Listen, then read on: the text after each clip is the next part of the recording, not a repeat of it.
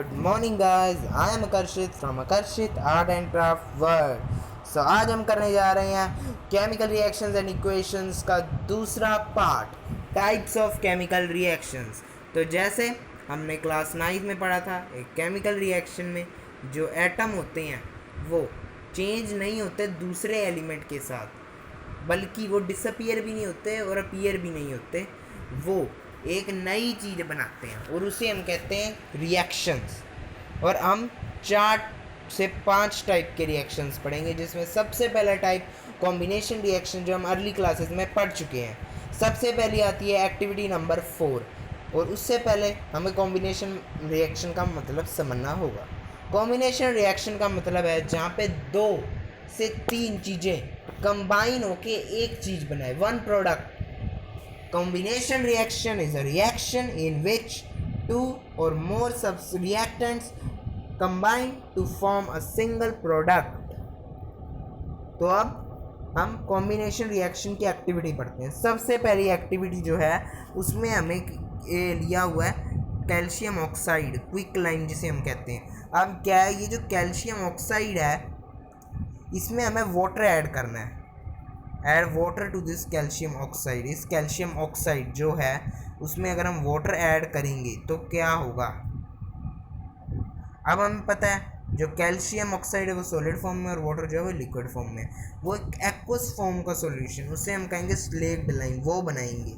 वो कैसे हम बताते हैं, आपकी रियल लाइफ में हम देखते हैं कि जब कोई भी मतलब चूना करवाता है घरों में, तो हमने देखा हुआ है कि वो जो क्या करते हैं, जो लोग जो चूना लगवाते हैं, वो सबसे पहले जो कारीगर होते हैं वो कैल्शियम ऑक्साइड क्विक लाइम लेते हैं और उस क्विक लाइम को वाटर में रखते हैं 1 दिन के लिए, और उसके अगले दिन आके उस चूने का मतलब वो बना सा होता है गीला पार्ट, उसे हम कहते हैं स्लेक्ड लाइम, कैल्शियम हाइड्रोक्साइड। तो CaO प्लस H2O से बनता है, जो एरो है वो बनता है calcium oxide hydroxide, CaOH twice. वो कैसे बना मैं बताता हूँ ज़रा। यहाँ पे क्या है, जो Ca की वैलेंसी है वो है 2+, हम लिख लेते हैं नीचे। हाँ, Ca की वैलेंसी जो है वो है 2+, जबकि जो OH की वैलेंसी है वो है 1-। अब क्या होगा, ये अगर हम क्रिस क्रॉस करते हैं तो 2 जो है वो OH के पैर में जाता है, तो अंत में वो एक रिएक्शन बनाता है, उसे हम कहेंगे CaOH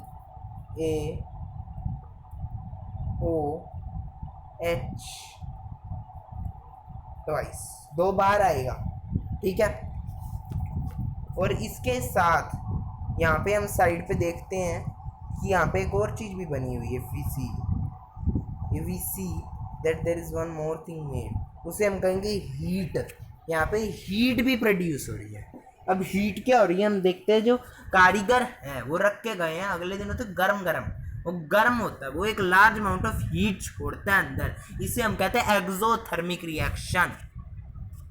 एक्सोथर्मिक रिएक्शन,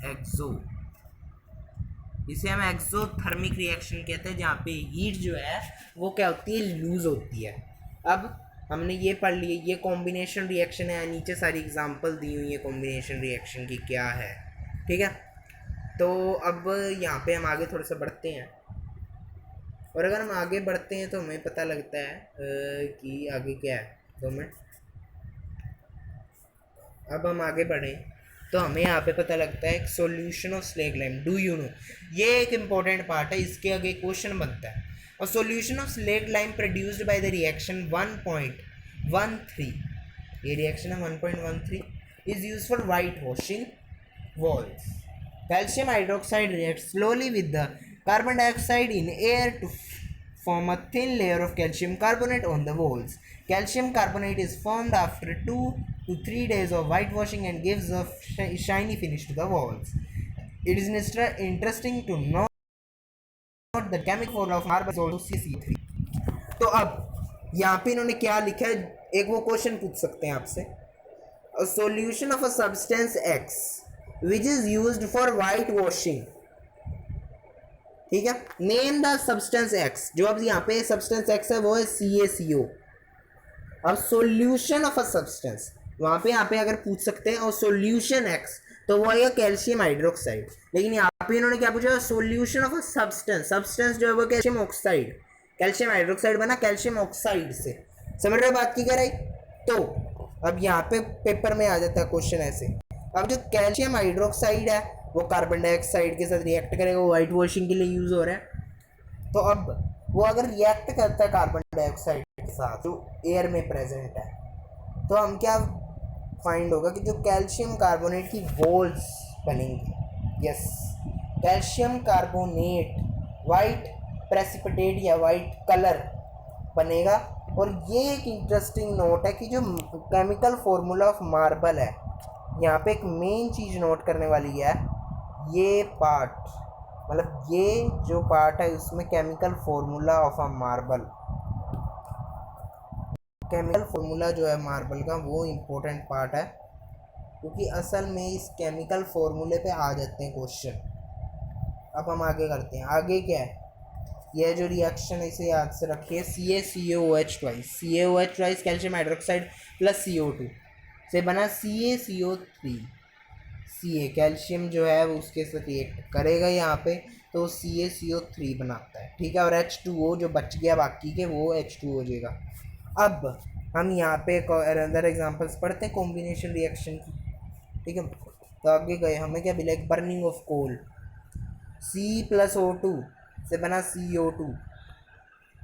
अब कुछ लोग यहाँ पे समझते हैं कि यहाँ पे C और O2 था तो CO2 बन गया, नहीं, यहाँ पे C कार्बन डाइऑक्साइड की जो वैलेंसी है और जो O2 की वैलेंसी है उस हिसाब से होता है।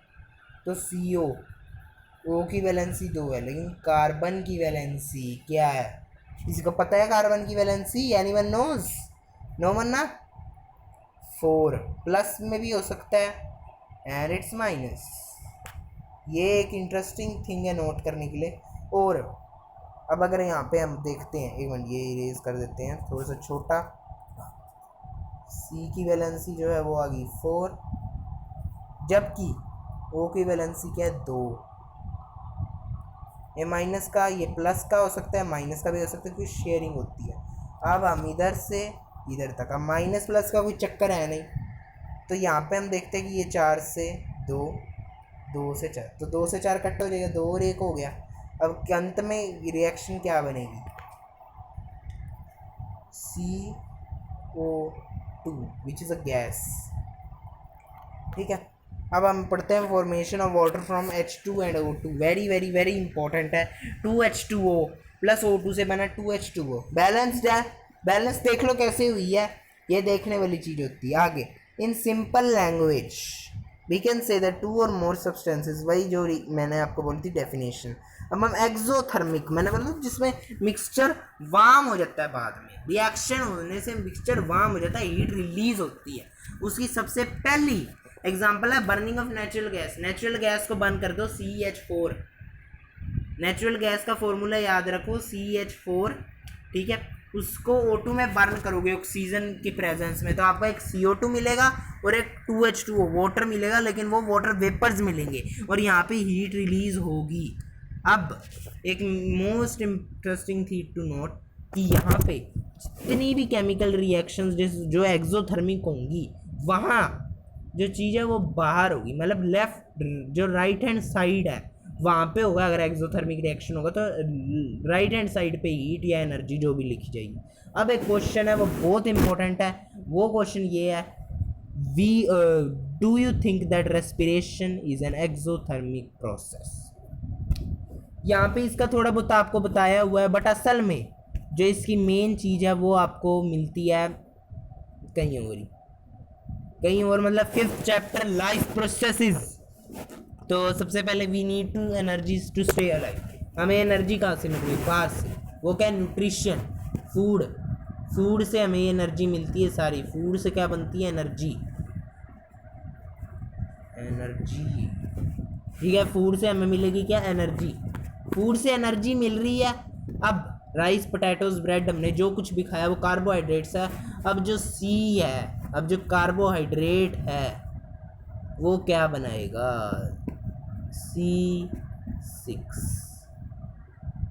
C6 कार्बोहाइड्रेट, वो एक कम्प्लेक्स फॉर्म है। कार्बोहाइड्रेट का बनेगा स्टार्च, स्टार्च का बनेगा ग्लूकोज। अब जो ग्लूकोज है वो रिएक्ट करता है किसके साथ, ये ग्लूकोज जो है, जो C6H12O6 रिएक्ट किसके साथ करता है, ये रिएक्ट करेगा बाहर ऑक्सीजन के साथ, बाहरी ऑक्सीजन के साथ ये रिएक्शन होगी और उससे फॉलोइंग प्रोडक्ट्स बनेंगे और इसे हम कहते हैं रेस्पिरेशन। ठीक है, ये हो गया। अब यहाँ पे हम ये देख लेते हैं नीचे इसका दिया हुआ reaction, C6H12O6 6CO2 plus 6O2 plus से बना 6CO2 plus 6H2O plus energy release हो गई और ये एनर्जी हमें मदद करती है काम करने में, एनर्जी आती है। अब डीकम्पोजिशन है वेजिटेबल मैटर का कंपोस्ट में, ये भी एक एक्सोथर्मिक रिएक्शन है। अब हम आ जाते हैं डीकम्पोजिशन रिएक्शन में। ये जो है कॉम्बिनेशन रिएक्शन का उल्टा है और ये क्वेश्चन बहुत बारी आता है, why is decomposition reaction opposite of combination reaction. अब यहाँ पे आपको क्या करने हैं, आपको सबसे पहले तो उनकी दोनों की डेफिनेशन लिख दिया। अब डीकम्पोजिशन रिएक्शन क्या होता है, एक चीज का 2 से 3 चीजों में बदलना। अब दोनों की डेफिनेशन लिखने के बाद आप ऐसे भी लिख सकते हैं एक और चीज, वो है ए, 2 मिनट, वो है ए प्लस बी से बना ए बी। ठीक है, और इसके नीचे ही अब ये कि आप चीज़ लिख सकते हैं कॉम्बिनेशन के लिए, और अगर आपको डीकम्पोजिशन के लिए भी एक चीज़ लिख सकते हैं, ए बी से बना ए प्लस बी। ठीक है, ये हो गया, समझ आ गई।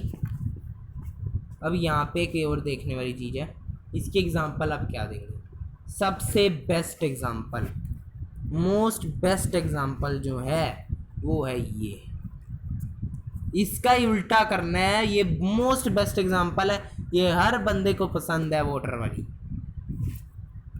अभी आएगी आपको आगे एग्जांपल कैसे होता है। सबसे बेस्ट एग्जांपल, सबसे पहले हम डीकम्पोजिशन रिएक्शन की पहली एक्टिविटी करते हैं विदाउट वेस्टिंग एनी टाइम। तो सबसे पहले आ रहा है यहाँ पे क्या, सबसे पहले आता है यहाँ पे एक लड़की है, ferrous sulphate. What is ferrous, iron, crystals, dry boiling tube. अब कलर नोट करो, फेरस सल्फेट क्रिस्टल्स का क्या है, जो फेरस सल्फेट क्रिस्टल्स का जो कलर है वो है ग्रीन। यस, फेरस सल्फेट का कलर है ग्रीन। ओके, ध्यान रखना है, ये ध्यान रखोगे तो आगे फिर हेल्पफुल होगी। अब यहाँ पे हम क्या देखते हैं कि जो अगर इसे हम बर्न करते हैं तो फेरस सल्फेट जो है वो और कुछ पार्ट्स में नहीं डिवाइड हो रहा। Ferrous sulphate Fe2O3, ferric oxide SO2 SO3। अब इसका रीज़न मैं आपको बताता हूँ। अब आपको यहाँ पे एक ध्यान रखने वाली चीज़ है, फेरस सल्फेट, फेरिक ऑक्साइड और आयरन, इन सब की सेम वैलेंसी। अब आपने देखा होगा 9th क्लास में कि आयरन 2 यहाँ पे ऐसे बना होता है, ये 2, ये 3, ये बना होता है ना। 9th क्लास की NCERT बुक वो आपको ये दिखाती है। इसका रीज़न अब देखते हैं, यहाँ पे हमें पता लगेगा, क्योंकि आयरन की भी बहुत सारी अंदर चीज़ें होती है, फेरस होता है, फेरिक होता है। अब यहाँ पे आपको ध्यान रखना है, फेरस, यहाँ पे अस आ गया, अस आ रहा है, सो विच मीन्स इसकी वैलेंसी है 2। अस जो ज़्यादा वर्ड किया उसकी वैलेंसी है 2, और जो छोटे वर्ड की है फेरिक उसकी वैलेंसी है 3। ये ध्यान रखना है क्योंकि इस पे बहुत बड़ी आ जाता है क्वेश्चन। और आगे अब फेरिक ऑक्साइड, अब FeSO4, इसका क्रिस क्रॉस करेंगे तो आपको पता ही है सल्फेट की 2- है वैलेंसी, SO4 2-4 ऐसे आपको पता ही है। फिर उसके बाद Fe2O3, O की वैलेंसी पता है, O गया Fe के पैर में, O की वैलेंसी गई Fe के पैर में, Fe की वैलेंसी गई O के पैर में। अब SO2 सल्फर डाइऑक्साइड है, सल्फर ट्राइऑक्साइड। अब क्वेश्चन यहाँ पे पूछा जाता है, a substance X having green color is heated and its products are formed, and the gas and some products are formed in which there are two gases which have sulfur like smell. वो कौन है? Sulphur dioxide and sulphur trioxide. अब वहां पे आते हैं Fe2O3, वो कौन से कलर का होगा? वो आपको ब्राउन कलर का मिलेगा। Yes, you will find a brown colour. अब ये जो फेरस सल्फेट क्रिस्टल्स हैं, ये आधा फॉर्मूला है, ये जो है ये सिर्फ हाफ फॉर्मूला है, हाफ। फुल फार्मूला क्या है? फुल फार्मूला ये, फुल फार्मूला ये है। अब आप यहाँ पे देख रहे हैं तो ये तो लिखा ही नहीं, फिर क्यों नहीं लिखा? क्योंकि आप हीट कर रहे हैं तो वो तो H2O तो वो तो इवेपोरेट हो गया, उसका इधर कोई रोल ही नहीं रह गया फिर। ठीक है, तो FeSO4 को इसलिए हमने सिर्फ कहा है। अब अगली जो चीज़ है वो आपको कॉम्बिनेशन रिएक्शन से थोड़ा रिलेट कराने में हेल्प करेगी। CaCO3 पता है आपको, अभी पढ़ा था हमने, वही आ गया। अब डीकम्पोजिशन में आ गया। अब यहाँ पे आपको ध्यान रखना है कैल्शियम ऑक्साइड का function. Lime used in manufacture of cement, वो पूछ लेंगे आपसे calcium oxide. A substance X is heated and its products are formed in which a product Y is used for manufacture of cement and a gas having carbon like smell। ठीक है, तो ये पूछ लिया, ऐसे आ सकता है, तो ये ध्यान रखना है। ठीक है, ऐसी चीज़ों में ध्यान रखना है। अब ये जो आप रिएक्शन देख रहे हैं ये एक एंडोथर्मिक है। एंडोथर्मिक क्या होता है? एक्सो रिलीज हो रही है, एंडो में अंदर आएगी, एंडो अंदर हो जो। अब हीट जो है उसके अंदर एब्जॉर्ब हो रही है, एब्जॉर्ब होगी दोनों में, तो ये एंडोथर्मिक है। और इसे हम थर्मल डीकम्पोजिशन भी कहते हैं क्योंकि हीट है। अभी आप इलेक्ट्रोलिटिक एंड फोटोलिटिक डीकम्पोजिशन भी पढ़ोगे, थर्मल डीकम्पोजिशन। ओके, अब आगे आ जाते हैं। आगे आके देखते हैं तो हमें क्या पता लगा।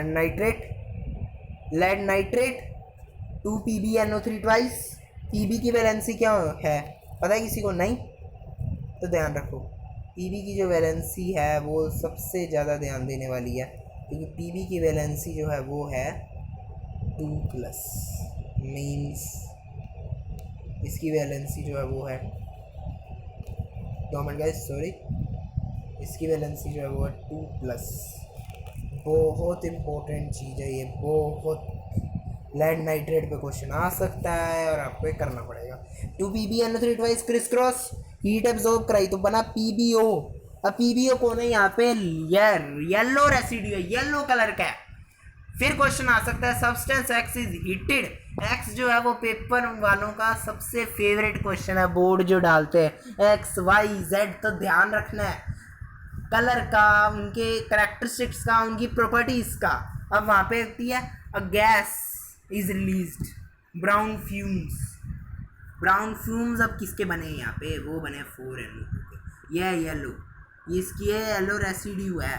ये गाइस ध्यान रखना, ये जो है ये रेसिड्यू है लेड ऑक्साइड, और ये जो है ब्राउन फ्यूम्स है, वो निकलेंगे। और जबकि ऑक्सीजन का तो कोई कलर ही नहीं है, आगे ऑक्सीजन भी आती है यहाँ पे O2।